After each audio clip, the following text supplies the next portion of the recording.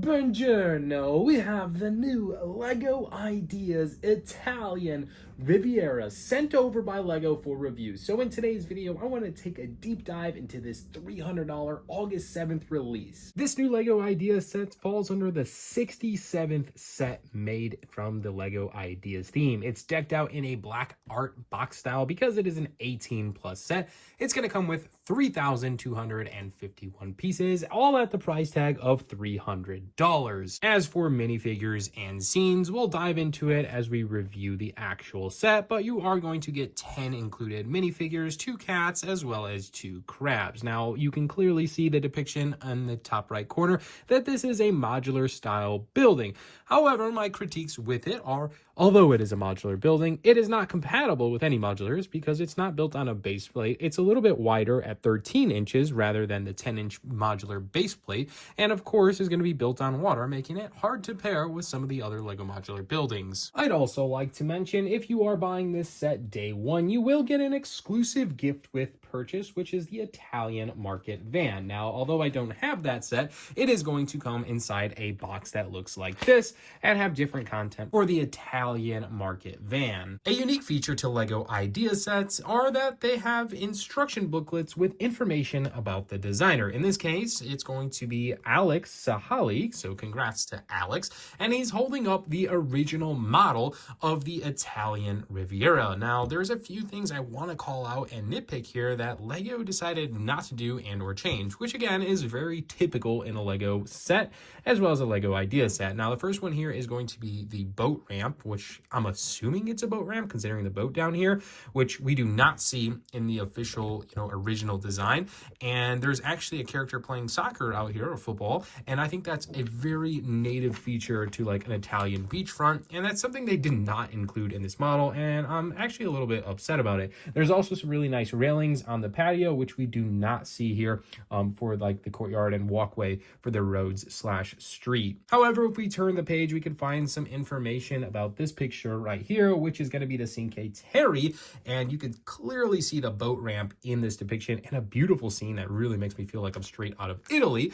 But you can see that boat ramp, and maybe that's the inspiration for the inclusion in the official model, although I think it's far too small for the actual boat, so it's a little bit unrealistic, and probably better to just have made it a little bit more like the original fan design section and have like the walkway for more characters. This set's not shy of minifigures, including 10 in total. The first one here starting on our left is actually going to be a sig fig of Alex, who is the designer of the set. He features a mountain torso and overall pretty much looks like his picture. The next character here is actually going to be the driver of that small boat that we'll see in the front of the build. It's actually my favorite minifig probably of the bunch because it feels the most Italian of all of them. The next character here is going to be a suited up female character, and I feel like she looks pretty good, but more or less in a business attire.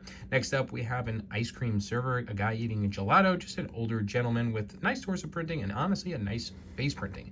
The next character has a raccoon sweatshirt, which I don't know what this has to do with Italian Riviera, but at least she's holding a gelato. I don't know, it just feels like they probably could have picked better minifigs rather than characters that feel like LEGO City characters. The next one here is the ice cream server, which I think makes the most sense.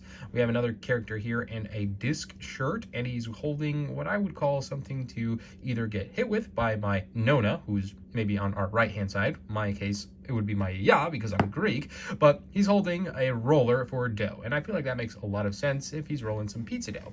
Next up is Nona, at least the character that I would call maybe like a grandmother, and feels very much so like it fits inside the set.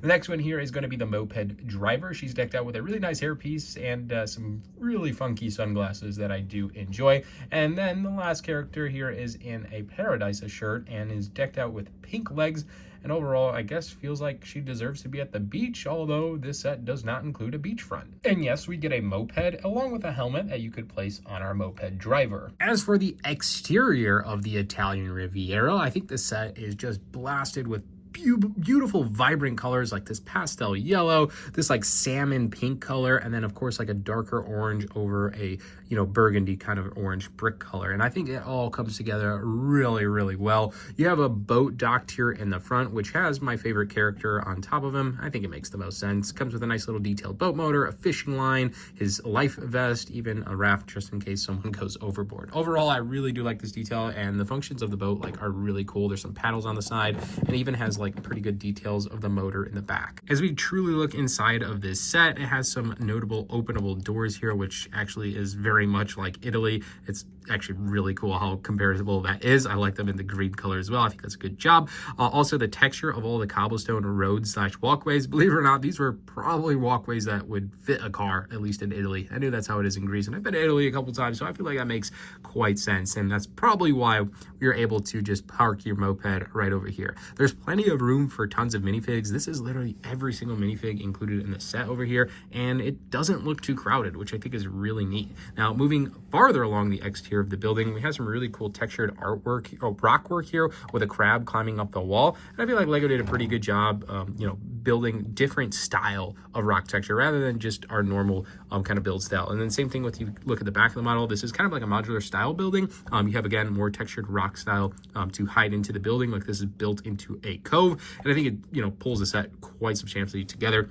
We have a nice little fun feature of a crab holding a gelato in the back. Again, you won't see that, but I think Lego kind of having some play with the set really does a good job with stuff like that. It's something I really like to see, considering there's not a lot of play features inside the set. There's actually no play features and really just only references and stuff. But here's a cat eating a fish in the back of an alley. I think that's another one of those really sneaky references that I really enjoy. You can clearly see all the flower pots hanging out of the windows, truly making this an absolute European vibe set. You have the balcony over here with a nice little table, again, fitting into the European / Italian theme. And one thing I also like to mention was the clothesline, of course, hanging outside the window. I feel like this is not really normally the case in, at least in the North America. So to see that like a European style with clothes just hanging outside the windows, I think is a good touch, and just like a little small detail that Lego put inside of a set like this that really adds so much character. And again, that is a sticker element rather than printed, but I really don't think it needed printing just for a piece of like cloth that's actually on the back of a building. I mentioned this building is a modular style building, and if you don't know what that means, well, basically a modular style building has removable floors and roofs, and it's very easy to do, and it's very easy to put back together, just as I'm demonstrating on the video. So pretty simple and straightforward. Each one of these floors is super detailed and has a lot of character inside. So let's go ahead and remove every single one of these and take a look in detail of what's going on inside all of this very characteristic build. As we take a look at a top view, we can see the fish market over here that has a nice little stickered sign of different shrimp, fish, and crab. It looks like, for whatever reason, crab is 44, I guess, Lego bricks. I don't know. And then shrimp would be at 42 and fish at 5. So fish is significantly cheaper. But that's actually going to take you into the fish market here. And you can clearly see a crab on the scale. You can see a bunch of fish hanging, a bunch of fresh fish kind of just getting in, fish being chopped up in like kind of like a sushi manner, or just, you know, getting ready to part into the, you know, whoever's buying fresh fish of the day. And then also there's some chopping material, a net for grabbing all those crab, and then a place to wash out all of the fish. On top of the fish market, we will have our next little building that is modular style that we can place on top. You also notice it completed that little balcony walkway, which was actually really cool that kind of sticks out like that. This would be an apartment, at least to my knowledge. There is a place for cooking, like a whole kitchenette area. There's a carpet there with tiles, also a pink carpet as soon as you walk into the openable door. They have a printed meal on there, which I think looks really good. It looks like pesto pasta with some basil leaves on top. I'm highly allergic to pesto, so I'm going to stay away from that one and move on in to the next floor. The clothes rack hanging from the exterior on the back side that we've discussed earlier in today's video. It's also going to have that walkway staircase going up, which leads into a bed as well as a really small shower. Now, there's also a door here on this far side, and if we go ahead and rotate this building around, it leads to a balcony where there is a coffee table here with a cup and a biscotti, which is printed. And then I put Nona here on top as she is coming up from cooking all those delicious meals. And I would say the last feature is going to be the roof here, which is a little bit different than a modular building. I guess it stays into place a little bit different with those Technic pins, but this is pretty cool. They just slide into this top portion right here, pretty easy and smooth. And overall, the roof being textured like this is honestly a nice little feature. Our next floor is going to be the salmon piece here on the first floor of our Italian Riviera. This one features the ice cream gelato shop. Check this out. There's a brick-built ice cream cone there.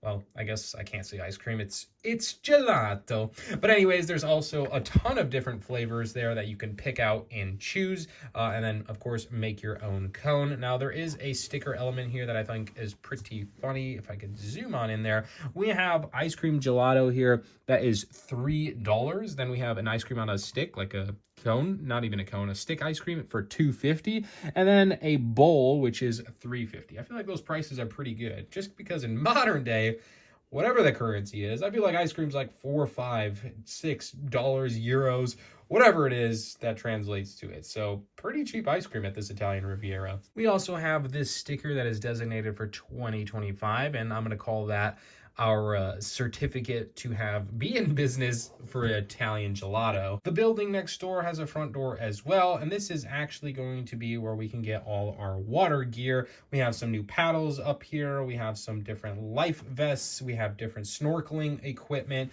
more life vests, and then one item in here that is going to be a prized possession for collector fans is going to be for that space astronaut that's going to be in the light blue color. You're actually going to be able to get the air tank, which at the time of recording and the time of release of the set is exclusive to this set. So if you are a space minifigure collector, well, you're in luck and out of luck, because the only way to get it is to spend $300 and get it inside of this set. Now, also inside this first floor building, there's a staircase going up, which will lead us actually into the next two and final floors that kind of go hand in hand. The first one here is going to be in this salmon build colored building, and this is actually going to be a kitchenette area that is going to be for an apartment. It has an Italian/European style fridge. We have a coffee maker in there, cabinetry. We have a biscotti cookie next to there on the table. We have a window and a small step up, maybe for the kitty cat to go look out the window, a dresser with a lamp, a nice little yellow rug, as well as a small bed to get some sleep. Now, that will actually have this big opening right here, which will let us place our next modular section, and that gateway stays open because these floors interconnect and you're able to just kind of go across into them. A living room of some sort. It has a TV here as well as a couch for characters to kind of sit on. Also, there's an exterior door that leads to a balcony with a table, a minifig, and then of course nice little balcony setting that can look over the horizon, maybe into the Mediterranean. And to finally top this build off, we have two more different roof sections, which I guess are a little bit different than modular ones because they just place onto here like so. There is a little portion right here that just stays brick built in place, and it doesn't really need to remove. On top of that, there's a satellite here, which clearly is designed for that TV and that apartment floor, and I think it makes a lot of sense. The next question I'm going to get asked, and that you're probably dying to hear, is would I spend $300 on this set? Now, I will say a best way to kind of decide this is, well, comparing it to other sets on the market and deciding if this one is for you. Now, I will say this, I'm more of a Lego modular collector, so if I had to decide between set A and set B, I would definitely go with a modular style building because that's what I collect. However, this one is different and is a standalone set rather than a modular style. So say you don't have the Lego modulars, but you want something with similar building experiences and displays very well because it's relatively shorter than a modular building, actually way shorter than any modular building, well, then this set might be just for you. Now, the set I'm picking right here is the Natural History Museum, which is a $300 Lego modular building. It offers a really great building experience, just like the Italian Riviera. And I think the build experience is quite comparable. It's jam-packed with details, is a lot of fun, has 4 walls, has movable floors, comes with a boatload of minifigures, and for the most part, it's kind of hard to compare when a set's like that in comparison to a set like this. But I think you have to pick personal preference here in what you collect and how you would display it. Another modular to bring into example is the 2025 Two-Door Corner, and here is a $230 model versus a $300 model. And again, I'm definitely picking the modular style buildings because well, they all integrate and interlock. However, if I didn't have any of these sets and I was looking at entry-level one or something to kind of have a standalone display, or had just a desire for European architecture and vibes, well, this set is probably more along your lines. But regardless of your decision, I'm curious to see what your thoughts are in the comments below. Again, a huge thank you to LEGO for gifting this copy over for review. I'm curious to see, will you be buying this in August 7th release for LEGO Insiders, August 10th for everybody else, or will you be waiting for a LEGO sale on this one? Either way, hit that subscribe button because I'll be looking for a deal on a set like this in the future. Aside from that, hope you enjoyed it. Like today's video if you did, and we'll see you in the next one. I'm Crusoe from Sin City. Peace out.